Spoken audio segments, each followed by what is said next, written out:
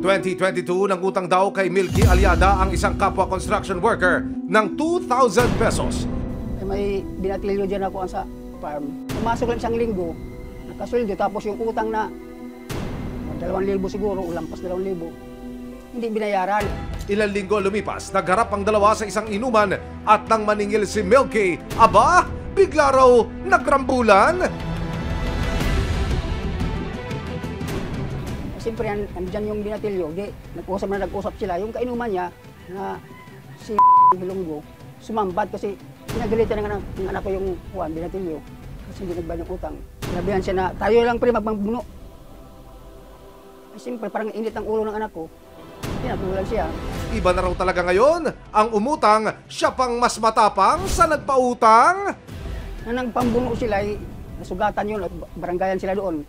Ang kuang barangay, habang gumagaling yung sugat, dito ang sugat yata eh. Yung anak ko ang magbayad. Hindi pala natapos sa barangay ang gulo.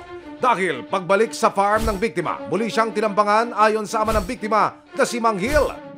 Yung taga-farm, hindi ko alam, wala namang atraso yung anak ko sa kanila. Ba't pinagtulong-tulungan nila yung anak ko? Kinatok siya.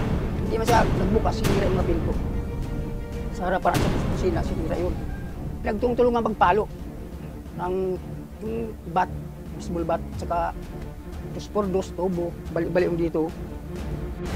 Blunt force trauma o matinding bugbog sa katawan ang naging dahilan ng kanyang pagkamatay ayon sa nakuha naming death certificate ng biktima. Hindi man bakas sa pinangarihan ng krimen ng karumal-dumal na ginawa kay Milky Aliada, ramdam pa rin ng kanyang mga magulang ang sakit ng pagkawala niya. Yung papa niya nung nangyari na yun, parang hindi mo siya makausap, sir. Siyempre, sa 5 niyang anak, yun po ang paborito niyang anak, si Milky. Kaya sabi ko sa kanya, wala na tayong magagawa eh. Hindi naman tayo ang may gusto eh. Grabe sir, masakit. Kasi kung maaari lang eh, mas maganda yung hindi mo siya kapiling kaysa kapiling.